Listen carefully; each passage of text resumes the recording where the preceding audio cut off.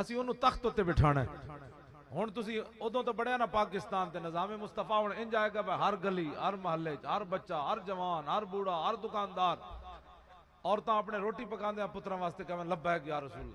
रोटी रखदे कवन लब्बैक या रसूल पुत्रां नु स्कूल भेजदे कवन लब्बैक वापसी दरवाजा खोवन लब्बैक दुकान खोलदे लब्बैक सौदा तोलदे लब्बैक दुकान बंद करदे लब्बैक मेहमान आंदे लब्बैक सौरे जांदे लब्बैक सौरे वापस आंदे लब्बैक कुड़ियां के मेके जांदे लब्बैक वापस आंदे लब्बैक